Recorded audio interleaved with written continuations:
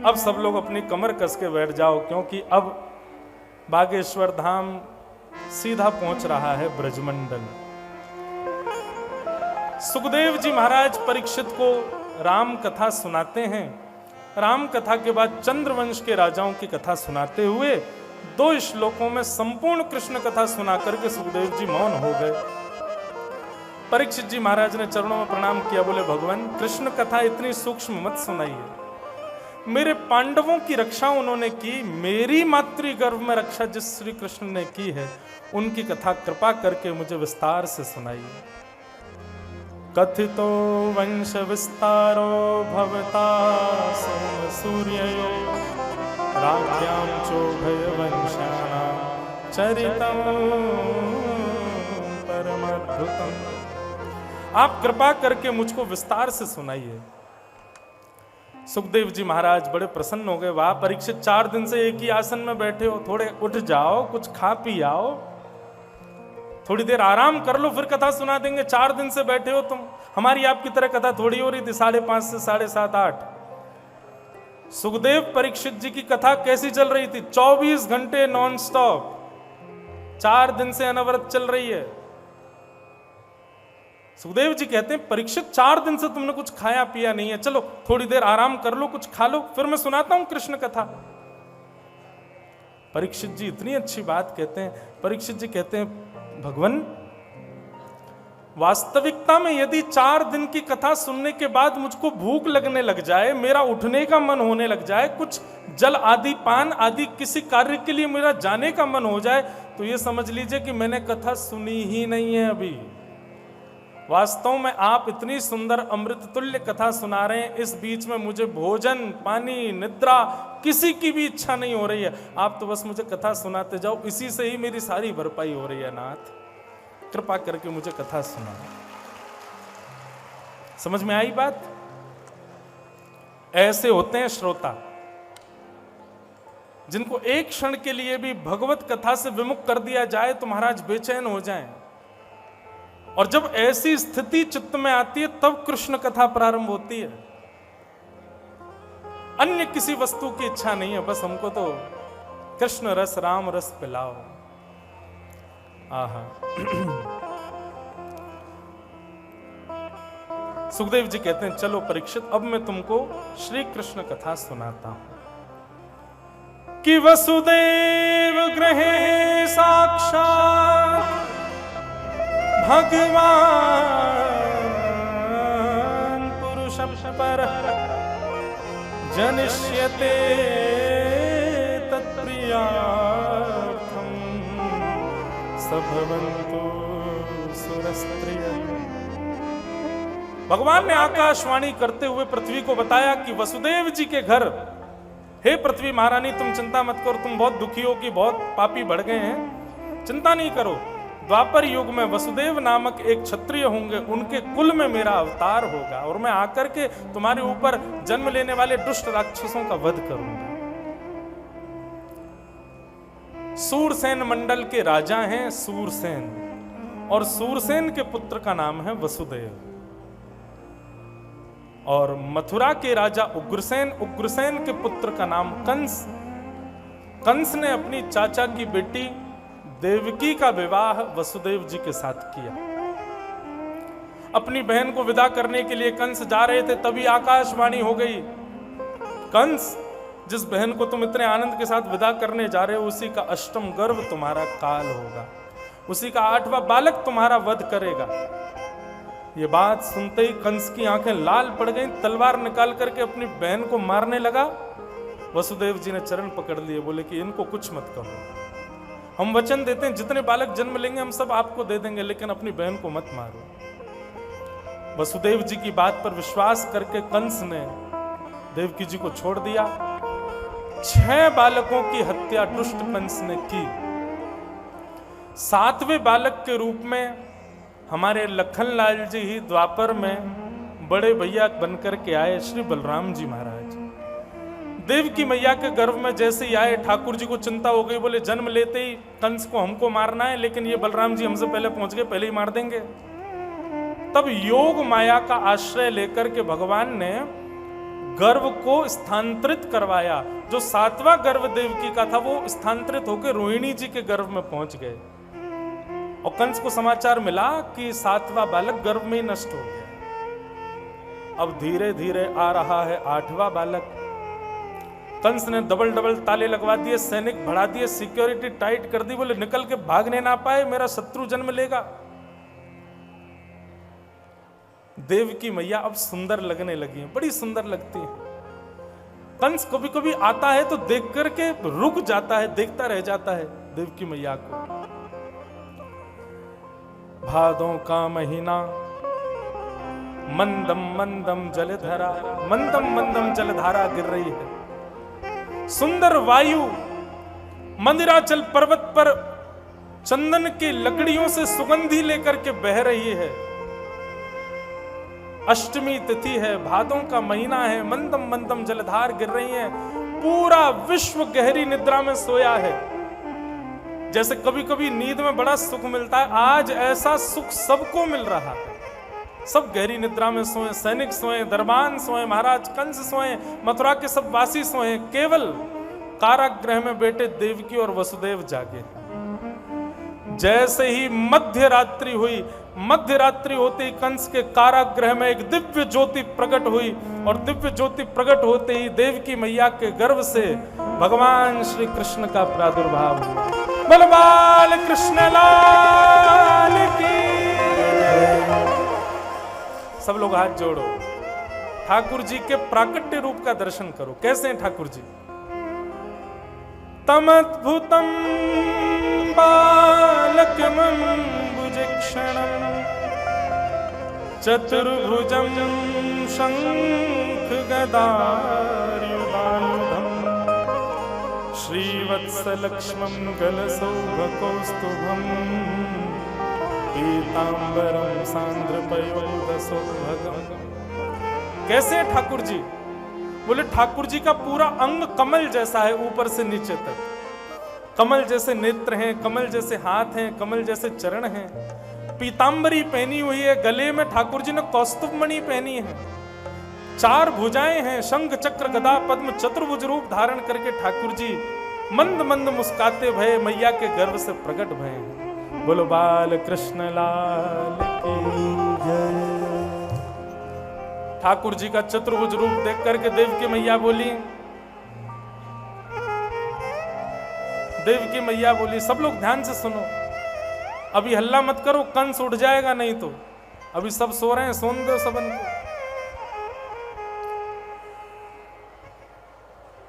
देवकी मैया, अब पहरेदार आ गए सब, बैठ जाओ भैया, नीचे बैठ जाओ, मैं बैठ जाओ। अच्छा ये समझेंगे भाषा?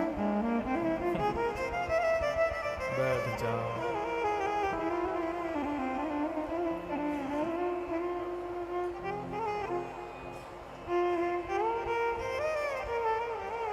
जय हो। बोलो बाल कृष्ण लाल की जय। तो क्या बता रहा था मैं? हाँ, ठाकुर जी चतुर्भुज रूप में प्रकट हुए।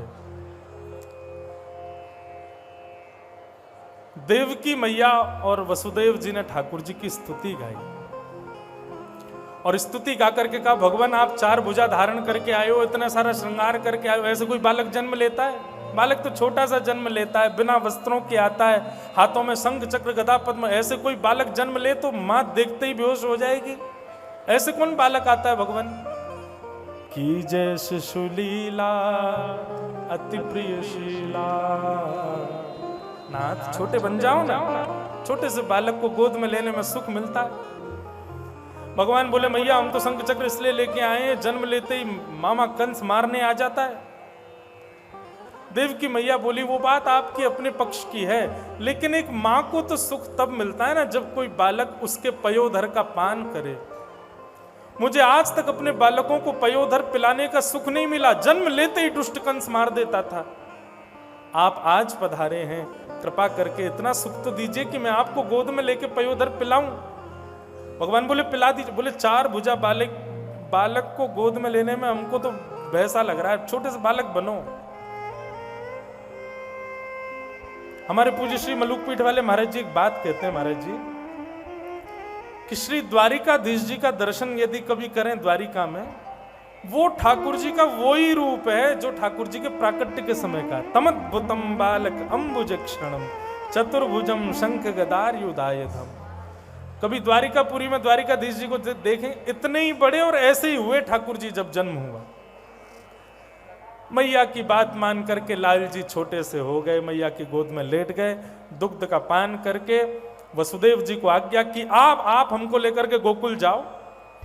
अब गोकुल में यशोदा मैया ने एक लाली को जन्म दिया, वो लाली लेकर के यहाँ आ जाओ, हमको वहां छोड़ के आओ। 11 वर्ष 56 दिन हम ब्रज में रहेंगे, लीलाएं करेंगे, खूब माखन मिश्री खा के हुष्ट पुष्ट होके आएंगे, फिर मामा को मारेंगे।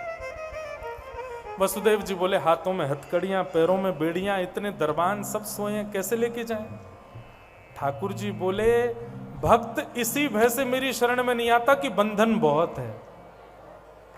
बंधन को पहले विचार करेगा। कहो बागेश्वर धाम कैसे आए महाराज, काम बंधन पहले सोच लेगा। आप एक बार बंधन का विचार ना करके शरण ग्रहण करो, बंधन खोलने की जिम्मेवारी ठाकुर जी की।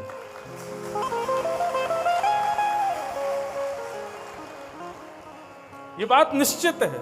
आप बंधन का पहले विचार कर लेते हो, इसलिए ठाकुर जी के पास नहीं। कहो वृंदावन आओ भैया, हाँ बहुत काम है, आएंगे देखेंगे बनाएंगे, मन अभी बहुत ऐसे काम। बंधन पहले सोच लेते हैं हम लोग। बंधन का विचार पहले मत करो, पहले चरण पकड़ो ठाकुर जी के, बंधन सब वो देख लेंगे कैसे खोलने हैं। जैसे ही वसुदेव जी ने गोद में लिया ठाकुर जी को, हाथ की हथकड़ियां खुल गई, पैर की बेड़ियां खुल गई, सारे ताले खुल गए, दरबान सब सोए हैं। चलो पिताजी ले चलो अब हमको। और एक सूप में लेकर के श्री वसुदेव जी महाराज ठाकुर जी को गोकुल जा रहे हैं। ऐसा वर्णन है भागवत जी में कि आज हिंसक व्यक्ति भी, शत्रु व्यक्ति भी अपने शत्रु को प्रेम भरी दृष्टि से देख रहा है। इतना प्रेम प्रकट हो गया सबके हृदय में। ठाकुर जी को लेकर के वसुदेव जी गोकुल पहुंचे। नंद रानी मैया के बगल में छोटी सी बालिका सोई थी, उसको उठा करके लाल जी को सुला दिया और लाली को लेकर के कंस के पास आए। लाली ने आते ही रोना शुरू कर दिया। कंस ने आकर के बालिका को पकड़ करके नीचे पटक दिया। अष्टभुजी देवी भद्रकाली प्रकट हो गई। बोला अष्टभुजी मैया की।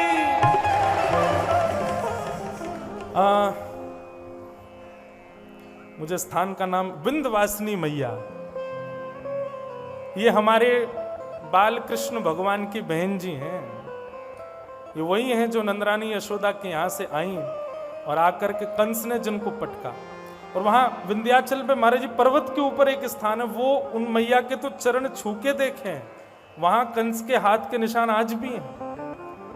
अष्टभुजी देवी भद्रकाली प्रकट हो गई और कंस को कहा, हे दुष्ट कंस, अपने शत्रु को खोज रहा है?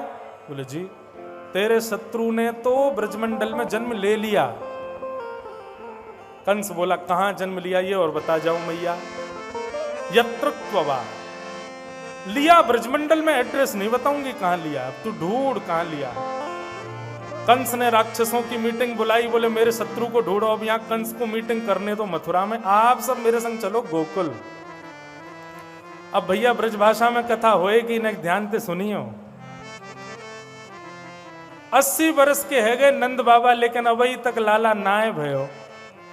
लेकिन अब सब ब्रजवासीन को लगवे लगी कि भैया अब की बार लाला होए को।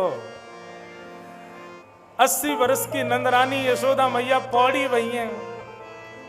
2 बहन है नंद बाबा की, एक को नाम है नंदा, दूसरी को नाम सुनंदा।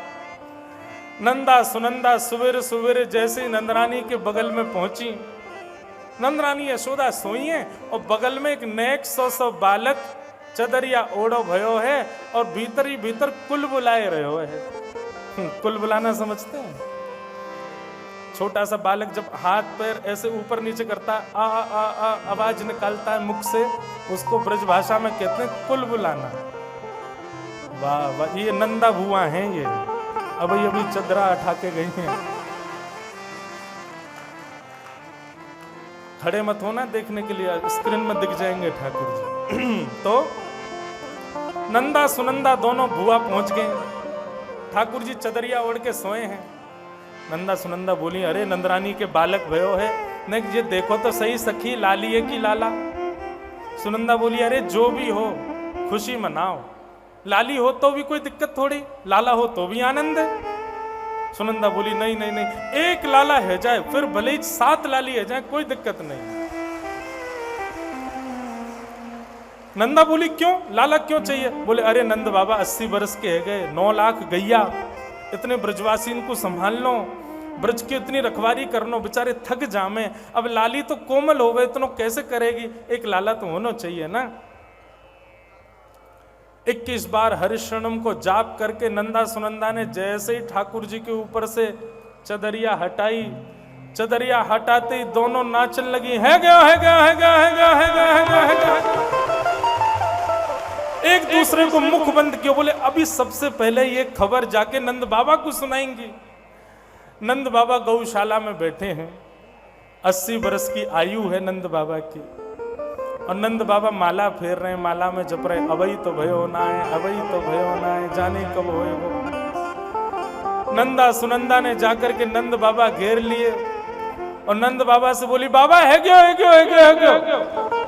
बाबा बोले, कहाँ भयो? बोले अब तो है गयो। बोले भयो कहा? बोले बाबा अब तो है गयो, बधाई हो। बाबा बोले, यूं तो बता भयो का।